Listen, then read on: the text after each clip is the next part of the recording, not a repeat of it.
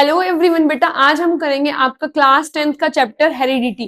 Previous video में हमने half chapter cover कर लिया था, जिसके अंदर हमने क्या क्या पढ़ा था।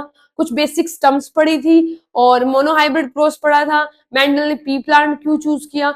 अच्छा, लास्ट टॉपिक जो मैंने आपको कराया था वो था मोनोहाइब्रिड क्रॉस, मतलब जिसको इनहेरिटेंस ऑफ वन जीन बोलते हैं। तो उसमें मैंने आपको क्रॉस करना सिखाया था कि दो पेरेंट्स लेते हैं, उनका क्रॉस करके F1 जनरेशन निकालते हैं, देन F2 जनरेशन निकालते हैं। वो मैंने आपको सिंपल क्रॉस से सिखा दिया था। मैंने बोला था कि आपको एक तरीके से और सिखाऊंगी, वो दूसरा तरीका जो है उसको बोलते हैं पुनेट स्क्वायर। ठीक है, तो आज हम करेंगे पुनेट स्क्वायर। ठीक है, देखो बेटा, जो ये पुनेट स्क्वायर है ना, ये एक ग्रिग्नाल्ड साइंटिस्ट था जो कि ब्रिटिश का था। ग्रिग्नाल्ड करके कुछ साइंटिस्ट थे, ग्रिग्नाल्ड, जो ब्रिटिश के थे। अब आप सोच रहे होगे, ठीक है, ये पुनेट स्क्वायर इस साइंटिस्ट ने दे दिया, बट पुनेट स्क्वायर क्या होता है बेटा? पुनेट स्क्वायर एक ग्राफिकल रिप्रेजेंटेशन है, ग्राफिकल रिप्रेजेंटेशन है, जो कि क्या बताती है? प्रोबेबिलिटी बताती है, या आप ये कह लो कि चांसेस बताते हैं कि कितने बच्चे, कितने परसेंट जो ऑफस्प्रिंग आएंगे वो डोमिनेंट होंगे और कितने परसेंट जो ऑफस्प्रिंग आएंगे वो रिसेसिव होंगे। इसका कुछ रेशियो बताता है आपका ये पुनेट स्क्वायर। ठीक है, तो अब मैंने आपको मोनोहाइब्रिड क्रॉस में कुछ ऐसे कराया था। मैं आपको यहां बता रही हूँ कि मैंने पेरेंट्स लिए थे टोल, है ना, और इधर क्या लिया था? द्वार। ठीक है, और उनका क्या लिखते थे हम पेरेंट्स का? जीनोटाइप। जीनोटाइप कैसे लिखते थे? टोल को किससे लिखते हैं? Capital T capital T. द्वार को किससे लिखते थे? Small T small T. Next हम करते थे बेटा gamete formation. Okay, gamete formation कैसे करते थे? अब मैंने आपको सिखाया था, बिल्कुल जो दोनों सेम होते हैं उनको हम प्योर फॉर्म बोलते हैं। लेकिन जो दोनों, अब ये भी तो प्योर ही है वैसे, ठीक है, दोनों ही प्योर है। अगर कहीं लिखा है कैपिटल टी और स्मॉल टी, बेटा इसमें एक कैपिटल है और दूसरा स्मॉल है, तो इसको इम्प्योर बोलते हैं और इसको क्या बोलते हैं? प्योर बोलते हैं। तो ये भी प्योर है और ये भी प्योर। प्योर में से मैंने बताया था कि एक टाइप का गैमेट बनता है, इधर से भी बेटा एक टाइप का गैमेट बनेगा। अब आप निकालो F1 जनरेशन। ठीक है, आप इनका क्रॉस करके कैपिटल टी स्मॉल टी आपने ये निकाल दिया था। अब आपको एक तो क्रॉस ये ऐसे करके कर रहा है, ठीक है, एक क्रॉस अगर ऐसा हो, सेल्फिंग में आपने देखा था कि इनका क्रॉस हमने अगेन कर दिया था। यहां से दो टाइप के गैमेट बने थे, ये और ये। ठीक है, F2 जनरेशन निकालने के लिए। तो अगर अब मुझे इनका क्रॉस करना है तो एक तो मैं इस तरीके से कर सकती हूँ, जो मैंने आपको प्रीवियस वीडियो में सिखा दिया। लेकिन मैंने बोला था एक तरीके से और कर सकते हैं, पुनेट स्क्वायर। तो मैं आपको ये सिखा देती हूँ पुनेट स्क्वायर से कैसे करते हैं। तो देखो बेटा, पुनेट स्क्वायर ग्राफिकल रिप्रेजेंटेशन होती है। इसमें हम यहां लिखते हैं गैमेट्स। ठीक है, इधर भी और इधर भी। तो गैमेट्स क्या क्या लिखूं? कैपिटल टी, देखो ये वाला और ये वाला, कैपिटल टी और स्मॉल टी। ठीक है, दूसरा क्या है बेटा? कैपिटल टी, ऐसे बना दूं, और स्मॉल टी। गंदा सा बन गया ये, तो इसको इरेज करते हैं, दोबारा बनाएंगे। ठीक है, देखो इधर लिखते हैं गैमेट्स, इधर और इधर ऐसे करके गैमेट्स हो गए कैपिटल टी और स्मॉल टी। ठीक है, और इधर भी लिखना था ना, कैपिटल टी और स्मॉल टी, ऐसे। अब बनेगा बढ़िया, ऐसे करके। ओ भाई, ये क्या हो गया?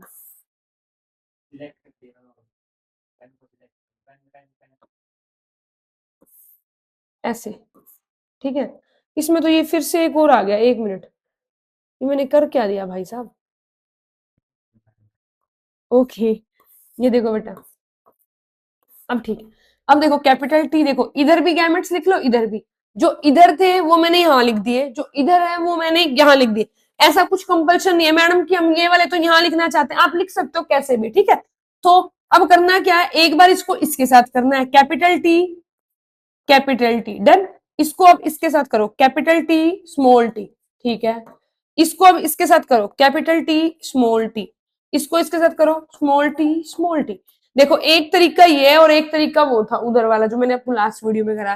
तो अब आप मुझे ये देख के बताओ बेटा, ये कैसा बनेगा? टोल, क्योंकि यहाँ दोनों भाई बड़े हैं ना, दोनों की चलने वाली है। यहाँ कैपिटल टी, यहाँ स्मॉल टी, ये कैसा बनेगा? टोल। ये कैसा बनेगा? टोल। दोनों स्मॉल टी है तो ये बनेगा बेटा ड्वार्फ। तो कितने टोल बने आप देख के बताओ? टोल कितने हैं? 3। जो देख के बताते हैं वो होता है फिनोटिपिक रेशो। अच्छा, कितने आए? 3:1 ना, मतलब 3 टोल है और 1 ड्वार्फ है।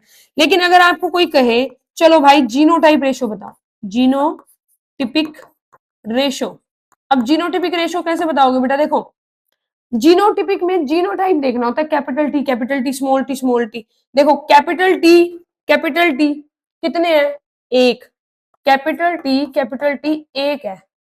कैपिटल टी स्मॉल टी कितने हैं? एक तो यहाँ पे दिख रहा है आपको और एक यहाँ पे दिख रहा है, तो कैपिटल टी स्मॉल टी बेटा 2 है। और स्मॉल टी कितने हैं? 1।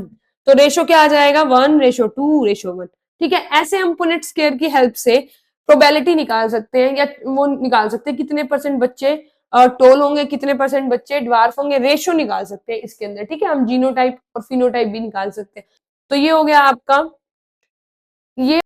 बेटा अब नेक्स्ट टॉपिक हम करेंगे जिसका नाम है मेंडल ने ना कुछ लॉज दिए थे। अब देखो मेंडल के बारे में पढ़ रहे थे हम इस चैप्टर के अंदर कि मेंडल ने क्या क्या, मेंडल ने 7 कैरेक्टर चूज किए, फिर मोनोहाइब्रिड क्रॉस दिया। उसके बाद मोनोहाइब्रिड क्रॉस के बाद ना मेंडल के खुद 2 लॉ थे, वो लॉ पढ़ने हैं आपको जो आपकी बुक में है। फर्स्ट लॉ था बेटा लॉ ऑफ डोमिनेंस। ठीक है, फर्स्ट लॉ है लॉ ऑफ डोमिनेंस। सेकंड है बेटा लॉ ऑफ सेग्रीगेशन।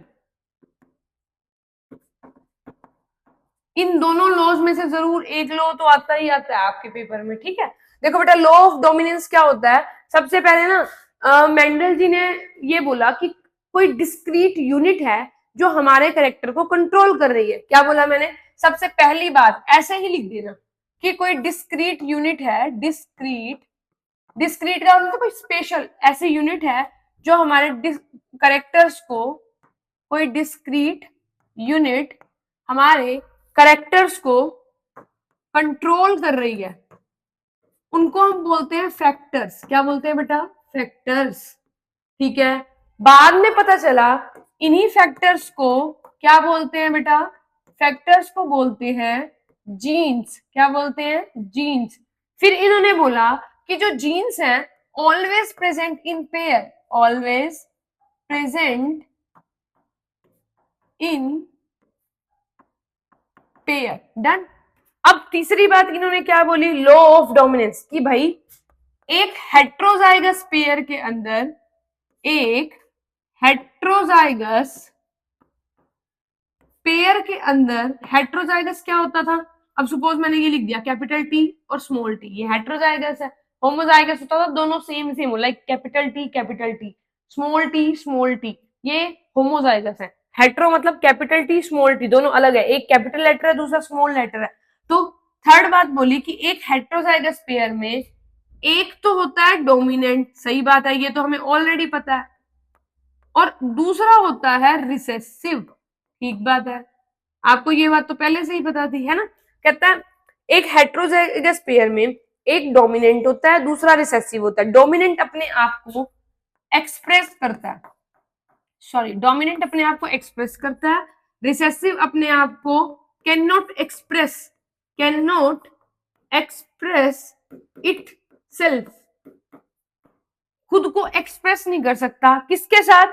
डोमिनेंट की प्रेजेंस में। ठीक है, तो देखो हम मैंने क्या, ये है लॉ ऑफ डोमिनेंस, खत्म। लॉ ऑफ डोमिनेंस कुछ भी नहीं है। कहता है सबसे पहले कोई डिस्क्रीट यूनिट है जो हमारे कैरेक्टर को कंट्रोल करती है, उनको हम फैक्टर बोलते हैं। बाद में पता चला इन्हीं फैक्टर्स को हम जीन्स बोलते हैं। जीन्स आपको पता है पेयर में प्रेजेंट होते हैं। कहता है एक हेट्रोजाइगस पेयर में जीन के एक डोमिनेंट होता है, एक रिसेसिव होता है, ये तो हमें पता ही थी। लॉ ऑफ डोमिनेंस, डोमिनेंस मतलब जो अपने आप को एक्सप्रेस करता है, और रिसेसिव वो जो अपने आप को एक्सप्रेस नहीं कर सकता in presence of dominant. That's it, ये लॉ ऑफ डोमिनेंस है। इतनी ही बातें लिखनी है आपको इसके अंदर। नेक्स्ट है बेटा लॉ ऑफ सेग्रीगेशन। देखो लॉ ऑफ सेग्रीगेशन कहता है, अब मैं एक चीज बता रही हूँ, यहाँ शायद मैंने पहले बताई नहीं। देखो आपको पता है कि ये एक जीन का सेट है ना, एक सेट कैसे होता है? लाइक जैसे मैं बोलूं कि मेरे पास ना एक पेयर या एक सेट ऑफ इयररिंग्स है, लड़कियां ऐसे इयररिंग्स पहनती है ना, तो एक सेट इयररिंग्स मतलब दोनों में बराबर, दोनों में आएगा ना इयररिंग्स, तो उसको एक सेट बोलते हैं। ऐसे ही ये एक सेट जीन है। इस एक सेट जीन के अंदर बेटा ये जो दोनों फॉर्म है ना, एक डोमिनेंट है दूसरी फॉर्म, ये दोनों इन दोनों फॉर्म को, या ये कहूं complementary form of gene is known as alleles. क्या बोलते हैं बेटा इनको? अलील्स बोलते हैं। ठीक है, देखो लॉ ऑफ सेग्रीगेशन को एक्सप्लेन करने से पहले मैं आपको बता रही हूं कि एक सेट ऑफ जीन में ये जो दोनों अलग अलग फॉर्म है इनको हम अलील्स बोलते हैं। ठीक है, लिखोगे कैसे? Complementary form of gene is known as allele, खत्म। ठीक है, अब बात थी कि लॉ ऑफ सेग्रीगेशन क्या होता है मैडम, ये वाली बात करते हैं। लॉ ऑफ सेग्रीगेशन देखो कहता है कि जो जीन्स होते हैं वो पेयर में प्रेजेंट होते हैं। ठीक है, और वो ना सेग्रीगेट कर जाते हैं। सेग्रीगेट का मतलब होता है बेटा सेपरेट हो जाते हैं ड्यूरिंग कब? गैमेट फॉर्मेशन में वो सेग्रीगेट कर जाते हैं। ठीक बात है। पहली लाइन कहता है सेग्रीगेशन क्या है, मतलब है सेग्रीगेट कर जाना। कौन सेग्रीगेट करते हैं? ये जो जीन्स की दो इसके अंदर फॉर्म है ना अलील्स, ये सेग्रीगेट अलग अलग हो जाते हैं, सेपरेट हो जाते हैं। कब? जब गैमेट की फॉर्मेशन होती है, अभी बताऊंगी कैसे। दूसरी बात कहता है कि ये जो जीन्स है ना, जीन्स की ये फॉर्म सॉरी अलील्स हैं, never show mixing, never shows blending. Blending को बोलते हैं बेटा मिक्सिंग। डन। देखो दूसरा लॉ है लॉ ऑफ सेग्रीगेशन, कहता है कि ये दोनों जीन्स की जो अलग अलग फॉर्म है alleles gate segregated when during gamete formation. Done. फिर कहता है कि जो जीन्स है वो कभी भी मिक्सिंग शो नहीं करते, ब्लेंडिंग शो नहीं करते। इसके कहने का मतलब मैं बताती हूँ आपको। देखो जब मैंने आपको ये बोला था देखो मैंने ये बोला था कि मैंने ना पेरेंट्स लिए थे बेटा, जब मैंने क्रॉस कराया था कि एक टोल ले लिया, ठीक है, दूसरा क्या लिया था आपने? अब मैं आपको मोनोहाइब्रिड क्रॉस दोबारा से बता रही हूँ, ड्वार्फ। तो यहाँ पे हमने कैपिटल टी और यहाँ पे हमने स्मॉल टी लिया था। हम ये क्या लिखते थे? पेरेंट्स का जीनोटाइप लिखते थे, सही बात है। फिर हम क्या करते थे? गैमेट की फॉर्मेशन, याद आ गया? गैमेट की फॉर्मेशन, ठीक है, गैमेट की फॉर्मेशन के टाइम पे हम इन दोनों को क्या करते थे? अलग अलग करते थे। अब आप बोल रहे हो मैडम आपने सिखाया था कि ये तो प्योर फॉर्म है, आप एक ही लिख लो। मैंने बोला था गलत नहीं होगा, है ना। आप सेग्रीगेट का मतलब क्या है? आप इनको अलग अलग कर देते हो। इट मीन्स यहाँ पे दो टाइप के, अगर सपोज करो ये मेल है तो यहाँ मेल के अंदर दो टाइप के इनके गैमेट्स बन रहे हैं। मेल में जैसे मैं अगर आपको बताऊं ह्यूमन के केस में स्पर्म बनता है ना, तो यहाँ मेल में दो टाइप का स्पर्म बन रहा है, तो दोनों स्पर्म के अंदर क्या जाएगा? कैपिटल टी जाएगा। बट ये अलग अलग हो गया ना, ऐसा तो नहीं है एक ही स्पर्म के अंदर दोनों टी चले गए, नहीं है ना। तो ऐसे ही जो वैसे तो ये क्या है बेटा, ये स्टेम की हाइट के लिए है, स्टेम की हाइट के लिए है ना।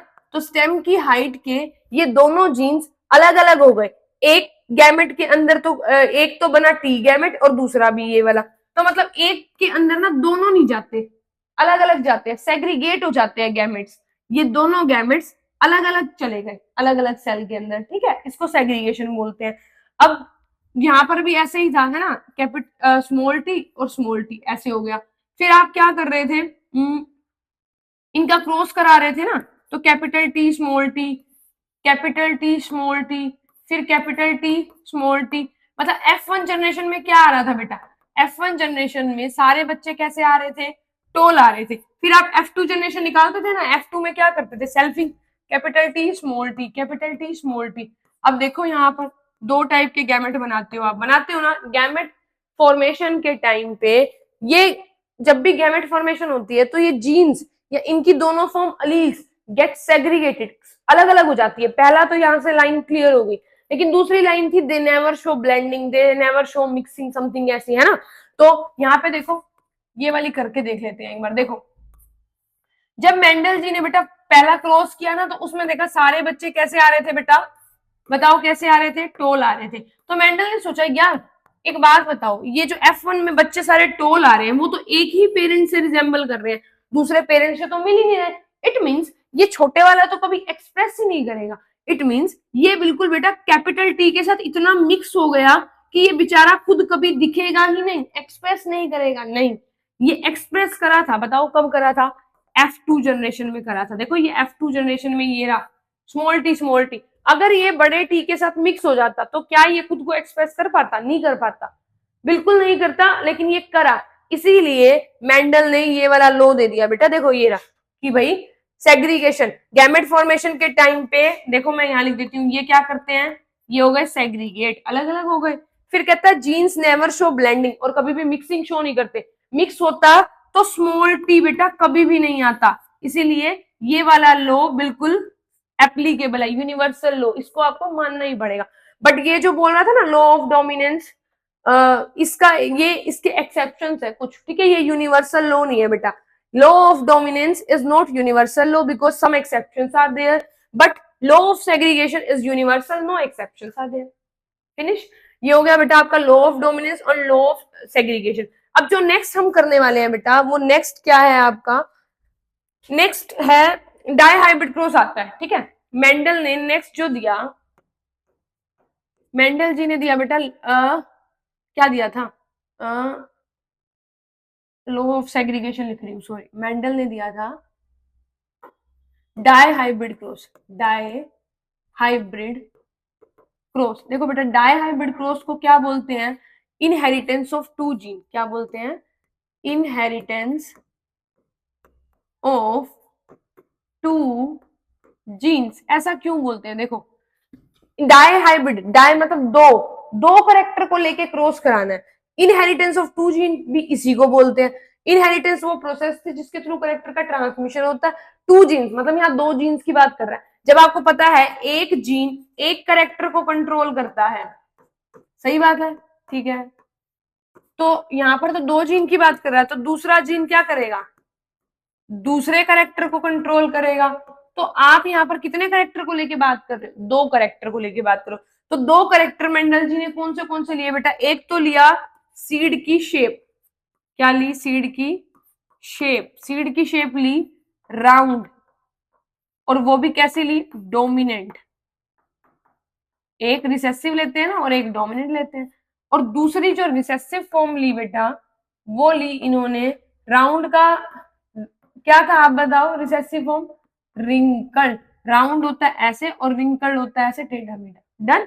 फिर पहला करेक्टर तो मेंडल जी ने ये ले लिया सीड का शेप, दूसरा ले लिया बेटा सीड का कलर।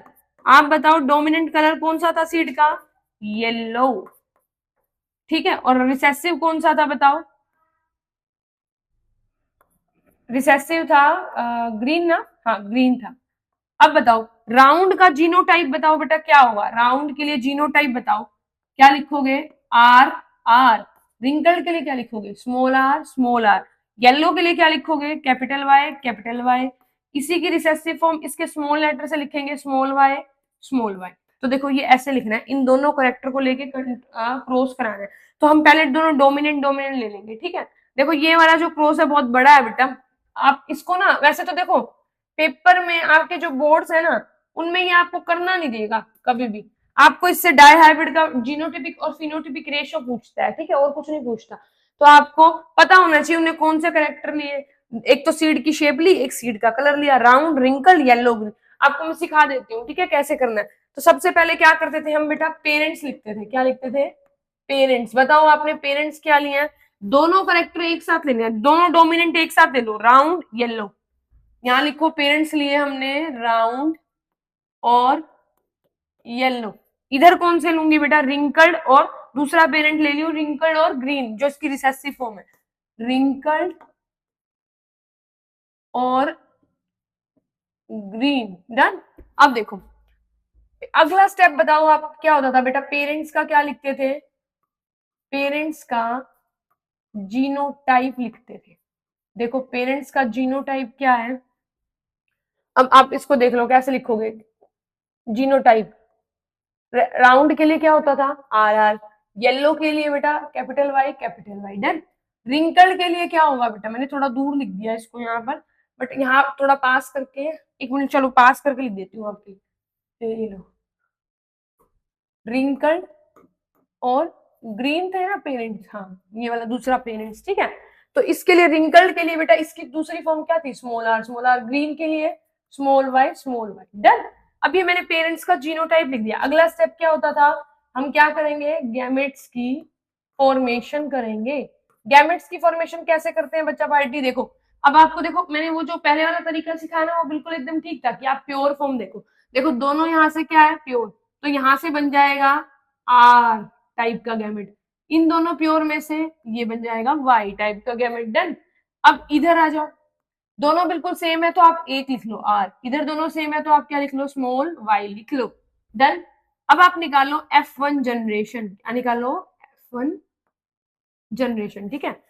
इसके बाद 1 मिनट आप ये कॉपी करना चाहो तो कर लो। F1 जनरेशन निकालेंगे, कैसे निकालोगे क्रॉस करके। ओके बेटा F1 जनरेशन कैसे निकालेंगे, दोनों का क्या करा देते थे क्रॉस, तो क्या आएगा इधर से कैपिटल आर इधर से स्मॉल आर, दोनों को ऐसे ना ये आर आर वाले साथ लिखनी है, इधर से कैपिटल वाई इधर से स्मॉल वाई, ये आ गया F1 का रिजल्ट। अब बताओ इधर कैपिटल आर इधर स्मॉल, बड़े भाई एक्सप्रेस करते हैं हमेशा आर किसके लिए था राउंड के लिए, ये बनेगा राउंड। अच्छा कैपिटल वाई स्मॉल वाई, छोटे वाला तो एक्सप्रेस नहीं करेगा, बड़ा वाई एक्सप्रेस करेगा। बड़ा वाई किसके लिए था बताओ, बड़ा वाई किसके लिए था येलो के लिए, ठीक है। अब देखो पहली जनरेशन में जो बच्चे बनेंगे बेटा वो राउंड और येलो बनेंगे सारे के सारे। अब ये मेंडल जी का क्रॉस था तो मेंडल जी तो यही बोलते थे कि F1 में जो रिजल्ट आता है वो एक पेरेंट से रिजेंबल करता है, round yellow parent round yellow, ये देखना होता है, ये मत देखने लग जाना, जीनोटाइप नहीं देखना आपको, वो देखना है फिनोटाइप की राउंड येलो, ठीक है। तो बेटा F1 में मेंडल जी ने सोचा यार दूसरा पेरेंट्स तो फिर नहीं आया, अब इसके लिए हमें क्या करना पड़ेगा F2 जनरेशन निकालनी पड़ेगी। F2 जनरेशन बेटा बताओ कैसे निकालते हैं हम F2 जनरेशन, कि F1 के अंदर जो रिजल्ट आता है उसकी क्या करा देते हैं बच्चा सेल्फिंग करा देते हैं। सेल्फिंग कैसे कराने वाले हो अब आप बताओ, ये जो आया है इसको सेल्फिंग कराना है। अब देखो नेक्स्ट पेज ले लें इसके लिए, सेल्फिंग क्या आया था बेटा देखो, अब हम निकालेंगे F2 जनरेशन, F2 में F1 का जो रिजल्ट आया उसकी करानी है सेल्फिंग। कैसे क्या आया है capital R capital Y small Y, ये आया ना ये, ठीक है। इधर इसके साथ सेल्फिंग मतलब यही है capital Y small Y. Done. अब आप एक बात देखो बेटा, सेल्फिंग का मतलब था इनकी सेल्फिंग कराना, लेकिन यहाँ पे क्रॉस आपको बिल्कुल एग्जैक्टली याद करना है, क्या करना होता है इनकी आपस में करा दो, इसका इसके साथ कराओ कैपिटल आर कैपिटल वाई, अब इसका इसके साथ कराओ कैपिटल आर स्मॉल वाई, अब इसका इसके साथ कराओ स्मॉल आर कैपिटल वाई, अब इसका इसके साथ small R small Y. Done. अब एक बात होता है इनका क्रॉस करा के ये 4 बच्चे आए हैं, ठीक है। सेम इसका क्रॉस करा के भी यही आने वाला है, आप देख लो capital R capital R small Y, इधर से देखो ये capital R sorry capital R थोड़ा स्मॉल आर कैपिटल वाई, अब बच गया ये वाला स्मॉल आर और स्मॉल वाई, 4 बच्चे इधर आए 4 बच्चे इधर आए। अब बना लो, इसके लिए आप अब ऐसे ऐसे करके क्रॉस तो नहीं कर सकते, इसके लिए पुनेट स्क्वायर की जरूरत पड़ेगी बेटा, पुनेट स्क्वायर बना लो फटाफट से। देखो पुनेट स्क्वायर में क्या करना होता है, ये जो 4 बच्चे लिए आपने 4 उधर लिख लो उसी सीरीज में और उसी हिसाब से, जैसे इस सीक्वेंस में इधर लिखने वाला है ना इसी सीक्वेंस से इधर लिखना है। अब देखो मैं पहले लिख के दिखाती हूँ, पहले मैं इधर लिख रही हूँ कैपिटल आर वाई, फिर लिख रही हूँ स्मॉल आर कैपिटल वाई, फिर लिख रही हूँ कैपिटल आर स्मॉल वाई, फिर लिख रही हूँ small R small Y. Done. ये लिख दिया बेटा, ये देखो इसको ऐसे बना लेना है, इसको पुनेट स्क्वायर बोलते थे ना। अब यहाँ पर देखो ये वाले सेम ऊपर लिख लो कैपिटल आर स्मॉल वाई, देखो यहाँ से कैपिटल आर कैपिटल वाई यहाँ लिख दिया। अब अगले वाला यहाँ लिखो, अगली लाइन बना दो ऐसे करके ए small R capital Y. Done. अगला capital R small Y. Done. अगला स्मॉल आर स्मॉल वाई। अब आप चेक कर लो एक बार कि देखो जिस सीक्वेंस से मैंने इधर लिखा है उसी सीक्वेंस से मैंने उधर लिख दिया कैपिटल आर वाई, ये रहा इधर बेटा, ये देखो ये रहा इधर, ये रहा और ये रहा, है ना। अब क्या कराना है इनका क्रॉस कराना है, इनके गैमेट्स बना दिए आपने। देखो अब क्या करना है, सबसे पहले इसको लो इसके साथ, फिर इसको इसके साथ, फिर इसको इसके साथ, फिर इसको इसके साथ और यहाँ लिख दो। डन। फिर इसको इसके साथ यहाँ पर, इसको इसके साथ करके यहाँ पर, इसको इसके साथ करके यहाँ पर। अब मेरे साथ करो, ठीक है। और आपको जब ना समझ में आया ध्यान से देखोगे ना और सुनोगे तो आपको प्रॉपरली समझ में आएगा। अब देखो capital R capital Y capital Y. Done. अगले पे आ जाओ, यहां पर आओ, capital R small R, capital Y capital Y. अगले पे आ जाओ, कैपिटल आर कैपिटल आर, आगे कैपिटल वाई स्मॉल वाई। अगले पे चलो, कैपिटल आर स्मॉल आर, ये रहा, कैपिटल वाई स्मॉल वाई। देखो पहली लाइन एक बार देख लो कैसे करा मैं, इसको इसके साथ, इसको इसके साथ। अब आप ये सोच रहे हो कि मैडम अच्छा कैसे लिख रहे हो आप, आर आर वाला पहले जो शेप थी वो सेम, फिर वो कलर वाला सेम ऐसे, फिर R capital R small R, capital Y ऐसे लिख लिया, डन। अब आ जाओ नेक्स्ट, अब इसकी बारी इसके साथ, कैपिटल आर स्मॉल आर, ये कैपिटल वाई। नेक्स्ट आओ बेटा, स्मॉल आर कैपिटल वाई। अब नेक्स्ट पे आ जाओ, कैपिटल, अब आप कहोगे मैडम पहले स्मॉल आर है तो हम स्मॉल आर लिखे ना, पहले बेटा बड़े भाई को इज्जत देनी है। देखो बड़ा भाई वहां बैठा है, कोई बात नहीं, आप उसको ले लो, आर आर मतलब कि कैपिटल आर स्मॉल आर, फिर कैपिटल वाई स्मॉल वाई। हर में ऐसे करना है, कैपिटल वाई में भी ऐसे ही करना है। अगली बारी में स्मॉल आर दोनों छोटे ही हैं, ठीक है। इसके बाद ये capital Y small Y, done. इसको थोड़ा बड़ा कर देते हैं, ठीक है। अब आ जाओ नेक्स्ट में बेटा, capital R capital Y small Y. Next capital R capital Y small Y. Next capital, एक मिनट इसको थोड़ा सा, अरे भाई, कैपिटल आर इसका करेंगे इसके साथ, कैपिटल आर स्मॉल वाई।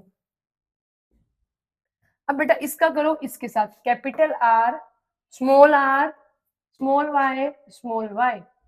अच्छा नेक्स्ट, अब लास्ट बच गया ये देखो, अब इसकी बारी इसके साथ, कैपिटल आर स्मॉल आर, ठीक है, कैपिटल वाई स्मॉल वाई, ठीक है।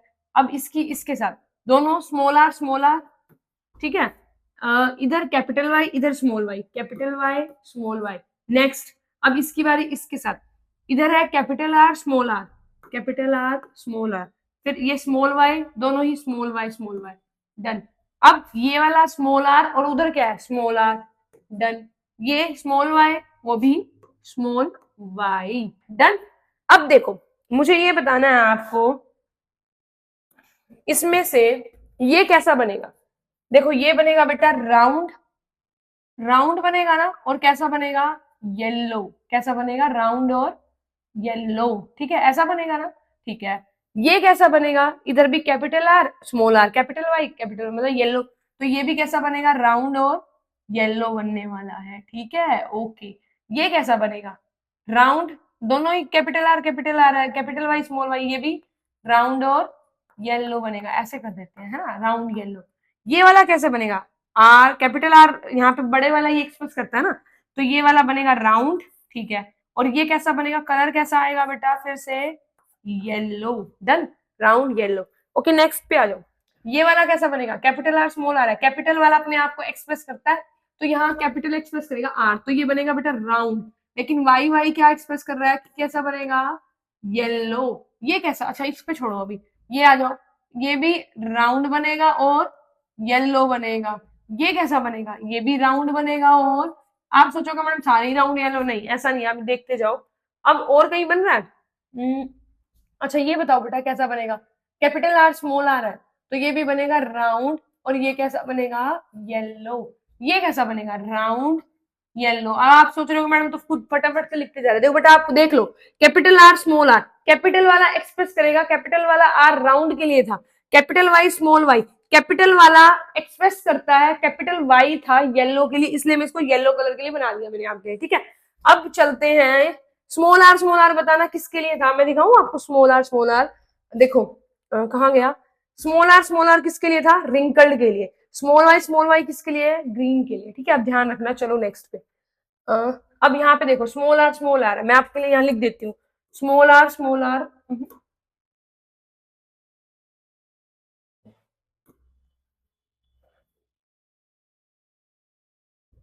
देखो बेटा स्मॉल आर किसके लिए है, रिंकल्ड के लिए है, ठीक है। और स्मॉल वाई किसके लिए था, ग्रीन के लिए था।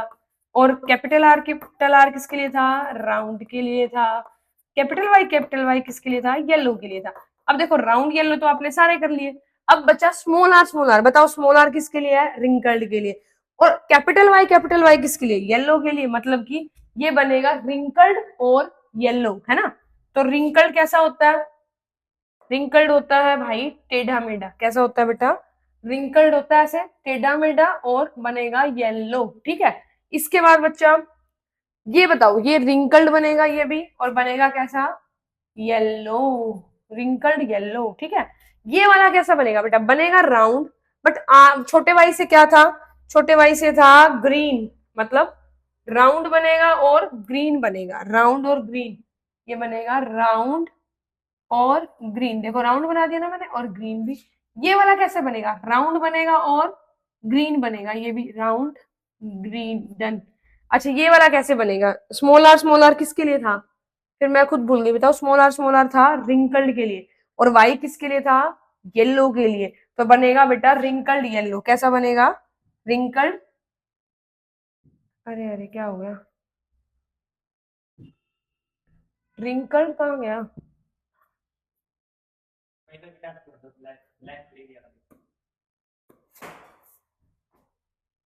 ओके बेटा ये किसके लिए था स्मॉल आर, माइक की लाइट ओके है भाई, ठीक है। ओके बेटा स्मॉल आर किसके लिए था, स्मॉल आर है रिंकल्ड के लिए, और वाई किसके लिए था, येलो के लिए, है ना। स्मॉल आर है तुम्हारा, ठीक है पेन सही है, स्मॉल आर था मेरा रिंकल्ड के लिए और येलो के लिए।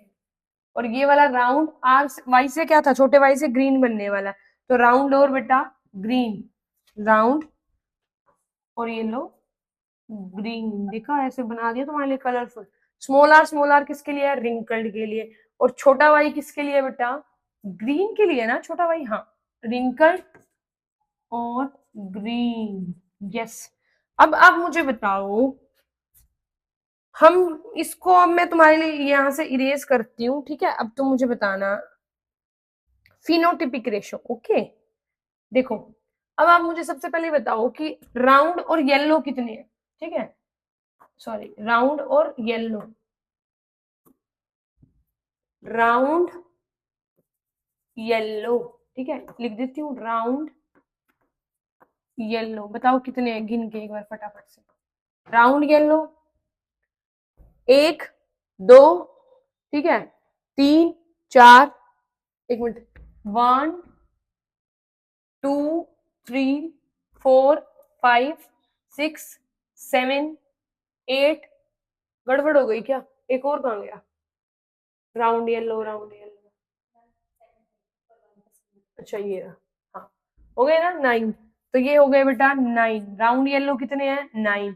अब आ जाओ रिंकल्ड और येलो, है ना, रिंकल्ड और येलो, येलो रिंकल्ड और येलो, रिंकल्ड येलो कितने हैं बेटा, रिंकल्ड येलो देखो, एक रिंकल्ड है येलो, एक, दो और तीन, कितने हैं ये, 3, ठीक है 9:3। अब बताओ राउंड और ग्रीन कितने हैं, राउंड और ग्रीन, राउंड है और ग्रीन है, राउंड ग्रीन कितने हैं बेटा, एक, दो, तीन, ये भी हो गए 3, देख के बता रही हो ना, राउंड ग्रीन, रिंकल्ड ग्रीन ऐसे। अब आ जाओ ये एक बचा रिंकल्ड ग्रीन, रिंकल्ड है, टेढ़ा मेढ़ा है और ग्रीन भी है, रिंकल्ड ग्रीन, ये कितने हैं बेटा, ओनली 1। तो बताओ आपने मुझे देख के बताया, देख के बताने वाला होता है फिनोटिपिक रेशो। तो फिनोटिपिक रेशो क्या आ गया बेटा, फिनोटिपिक रेशो, फिनोटिपिक रेशो आ गया आपका कितना, 9:3:3:1, ठीक है। अब आपकी क्लास में ना जीनोटिपिक रेशो तो पूछते नहीं है, लेकिन अगर आपको फिर भी याद करना है तो 1:2, 121, 24, 21 समथिंग समथिंग कुछ करके, ऐसे याद करने की जरूरत नहीं है आपको बेशक से, ठीक है मत करना, लेकिन आपको ये फिनोटिपिक याद होना चाहिए। 9:3:3 डाई हाइब्रिड क्रॉस का फिनोटिपिक रेशो 9:3:3:1, मैंने आपको बता दिया कैसे निकलता है कंप्लीट। इसके बाद जो नेक्स्ट टॉपिक है जो हम करेंगे बेटा वो है, देखो अगर आपको स्क्रीनशॉट लेना हो तो ले लो, मैं फटाफट से इरेज कर देती हूँ, है ना हर बार।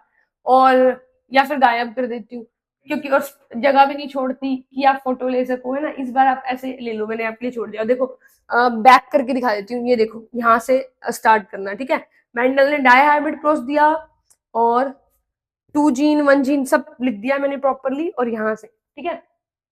ओके, इसके नेक्स्ट ये ले लेना, डन, कंप्लीट हो जाएगा टॉपिक। इसके बाद अब आगे चलते हैं, आई होप आपने ले लिया होगा। तो अब पढ़ते हैं सेक्स डिटर्मिनेशन, लास्ट टॉपिक है सेक्स डिटर्मिनेशन। देखो बेटा, सेक्स डिटर्मिनेशन क्या होता है? बच्चे का सेक्स डिटरमाइन करना कि वो लड़का है या लड़की है। अब देखो, सेक्स डिटरमाइन दो तरीके से होता है वैसे तो ना।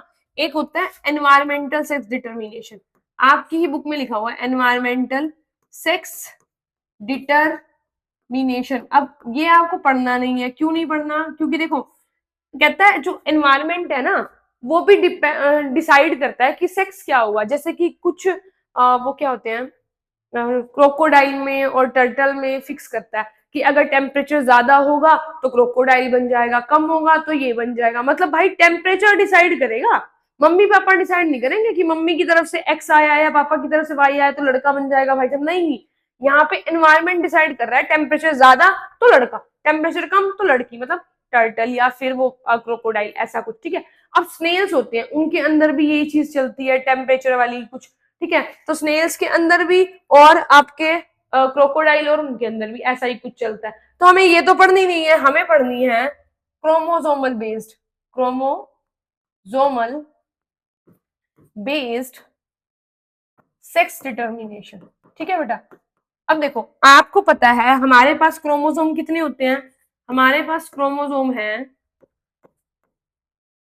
46 होते हैं। स्टार्टिंग में ही बता दिया था कि क्रोमोसोम हमेशा ऐसे एक छोटी आर्म और एक बड़ी आर्म पेयर में प्रेजेंट होते हैं। तो अगर मैं कहूं पेयर में कितने हैं बेटा, पेयर में कर दूंगी तो 23 पेयर होंगे। कितने होंगे? 23 पेयर ऑफ क्रोमोसोम्स होंगे, ठीक है। इन 23 पेयर में से 1 पेयर जो क्रोमोसोम होता है उसको हम सेक्स क्रोमोसोम बोलते हैं। क्या बोलते हैं? Sex chromosome. मतलब कि इसका एक नाम और है, इसको हम जर्म सेल भी बोल सकते हैं। क्या बोल सकते हैं? जर्म सेल्स, ठीक है। ये 1 पेयर क्रोमोसोम ये डिसाइड करता है, अगर मेरे अंदर एक्स एक्स है, ये एक पेयर, 1 2 पेयर में तो 2 होते हैं ना, तो ये गर्ल के लिए होता है, ठीक है।